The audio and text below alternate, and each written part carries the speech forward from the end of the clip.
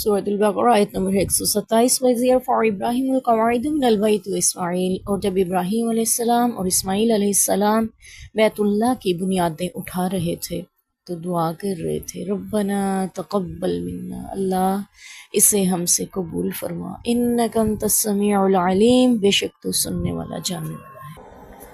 اس آیت مبارکہ سے ہمیں بہت بڑی بات پتہ چلی۔ پہلے والے سبق میں ہم نے یہ پڑھا تھا کہ ابراہیم علیہ السلام نے اس وقت دعا فرمائی تھی جب اپنے بیوی اور بیٹے کو چھوڑ کر جا رہے تھے، اور پھر یہ اس وقت میں دعا فرما رہے ہیں جب بیٹا اس قدر بڑا ہو گیا ماشاءاللہ سے کہ ان کے ساتھ مل کر خانہ کعبہ کی بنیادیں اٹھا رہا ہے، اور وہ ساتھ ملا ہوا ہے، مزدور بنا ہوا ہے، ابراہیم علیہ السلام معمار بنے ہوئے ہیں، اور پھر ساتھ ساتھ دعا فرما رہے ہیں اللہ ہماری اس نیکی کو ہم سے قبول فرما۔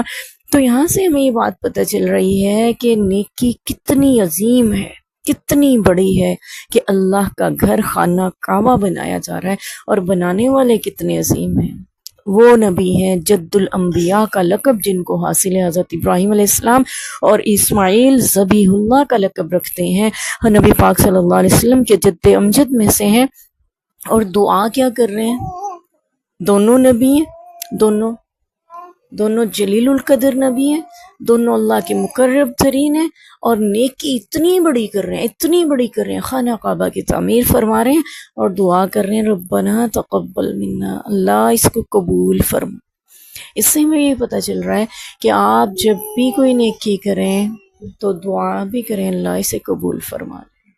پھر بھی ضرورت ہے قبولیت کی، دعا مانگنے کی، تو ہمیں اور آپ کو بھی ضرورت ہے اپنی ہر نیکی کے ساتھ اللہ سے دعا بھی مانگے، اللہ اسے قبول بھی کر لیں۔ اور ہمیں ایک اور ضرورت بھی ہے، وہ یہ کہ اللہ سے یہ بھی دعا کریں اللہ نیکی آپ نے قبول بھی کریں اور ہمیں اس نیکی کو ضائع کرنے سے بھی بچائیں، کیونکہ ہم نیکیوں کو ضائع بھی کر دیتے ہیں۔ اور کیسے ضائع کرتے ہیں؟ جب ہم کسی کی غیبت کرتے ہیں۔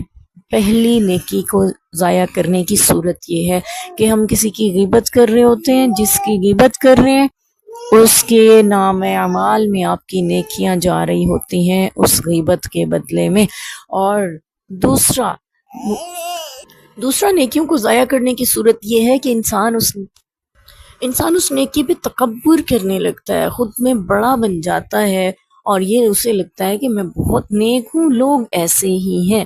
جب یہ چیز اس میں آ جاتی ہے، تکبر آ جاتا ہے، تو وہ بھی نیکی کو ضائع کرنے کا سبب بن جاتا ہے۔ اور تیسری صورت نیکیوں کو ضائع کرنے کی یہ ہے کہ نیت میں دکھاوا آ جائے۔ نیت اگر دکھاوے کی ہو گئی تو بھی عمل ضائع ہو جاتا ہے۔ نیت کا دکھاوا عمل کو ضائع کر دیتا ہے، عمل کا دکھاوا عمل کو ضائع نہیں کرتا، یہ بھی ہمیں پتہ ہونا چاہیے۔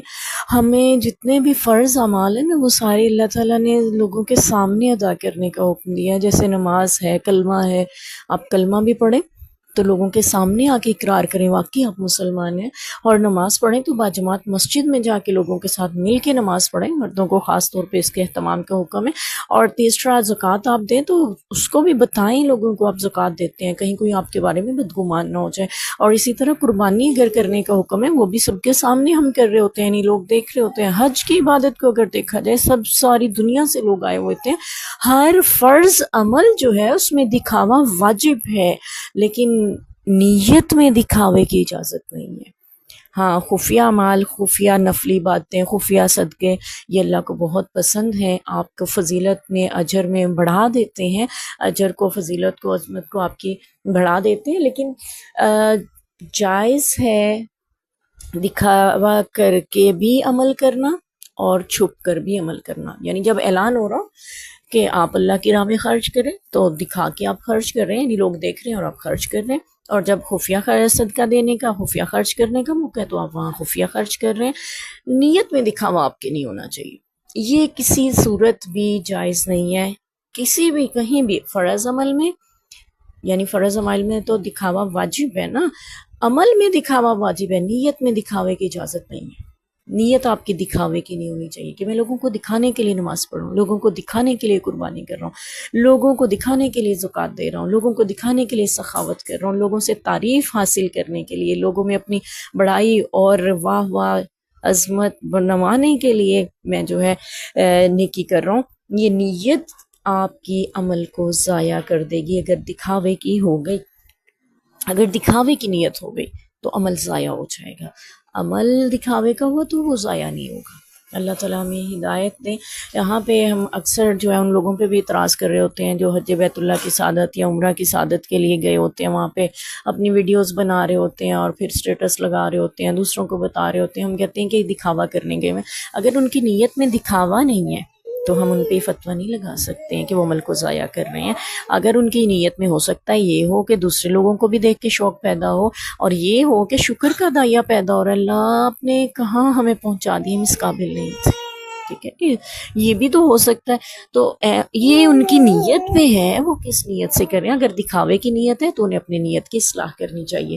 اور ہمیں نبی پاک صلی اللہ علیہ وسلم سے ایک دعا بھی ملتی ہے نیت کی اصلاح کی، جس کے الفاظ کچھ اس طرح سے ہیں کہ اگر یعنی جب بھی کبھی انسان کو لگ رہا ہو کہ اس کے عمل میں دکھاوا آ رہا ہے یا اس کی نیت میں یعنی کہ دکھاوے کی نیت ہو رہی ہے، تو اسے چاہیے وہ یہ دعا ضرور پڑھے تاکہ نیت خالص ہو سکے انشاءاللہ.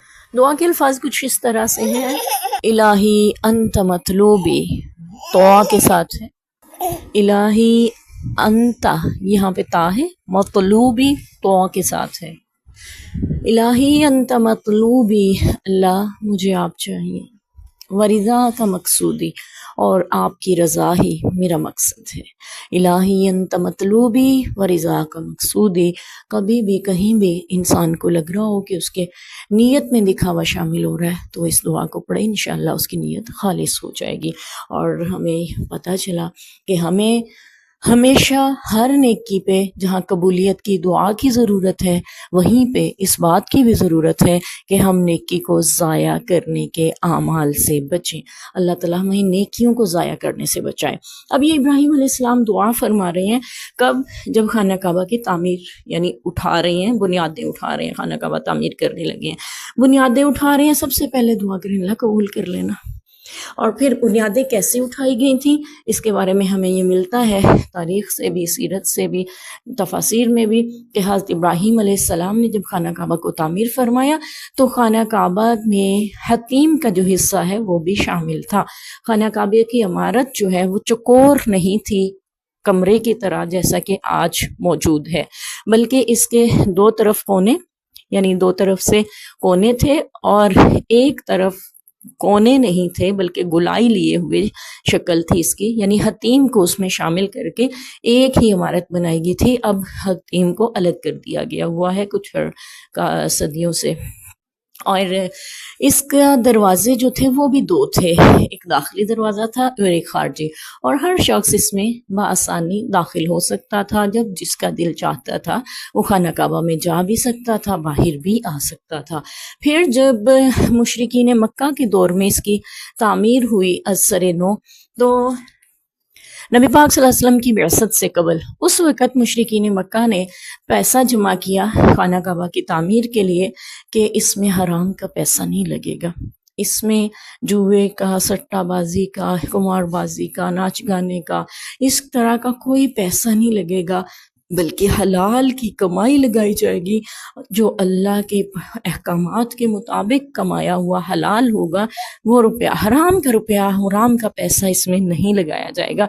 تو اس اعلان کے ساتھ انہوں نے جو فنڈ جمع کیا، اتنے سا رقم، اتنے سے پیسے ان کے پاس جمع ہو سکے کہ جس سے خانہ کعبہ کی تعمیر اتنی ہو سکتی تھی کہ حتیم کو اس سے الگ رکھا جائے. حتیم دراصل کہا جاتا ہے کہ حجرہ اسماعیل ہے. خانہ کعبہ کی تعمیر سے پہلے یہاں پہ حضرت اسماعیل علیہ السلام کا حجرہ ہوا کرتا تھا.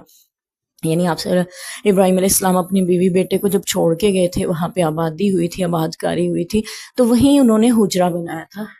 تو وہاں پہ انہوں نے اسماعیل علیہ السلام اما ہاجرہ نے اپنا حجرہ تعمیر کیا تھا خانہ کعبہ کے بالکل ساتھ. پھر جب تعمیر کا حکم ہوا تو اس حصے کو شامل کرنے کا حکم ہوا.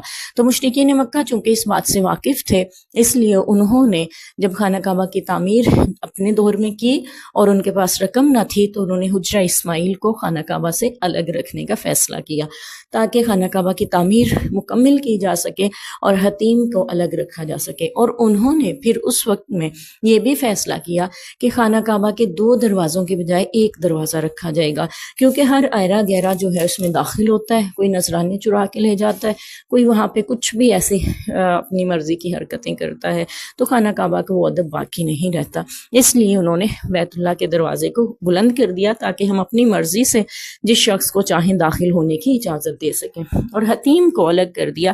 اور پھر نبی پاک نے اس کے بارے میں فرمایا جس کا دل چاہے بیت اللہ کے اندر نماز پڑھنے کو تو وہ حتیم میں نماز پڑھ لے، اس کا بھی اتنا ہی اجر ہے جتنا خانہ کعبہ کے اندر نماز پڑھنے کا ہے۔ اور اس میں یہاں پہ نبی پاک صلی اللہ علیہ وسلم نے یہ خواہش بھی ظاہر فرمائی تھی کہ اگر ان لوگوں کے نئے مسلمان ہونے کے وجہ سے فتنے کا ڈر نہ ہوتا، بد دل نہ ہو جائیں دین سے، تو میں خانہ کعبہ کو دوبارہ ابراہیم علیہ السلام کی تعمیر پر قائم کر دیتا۔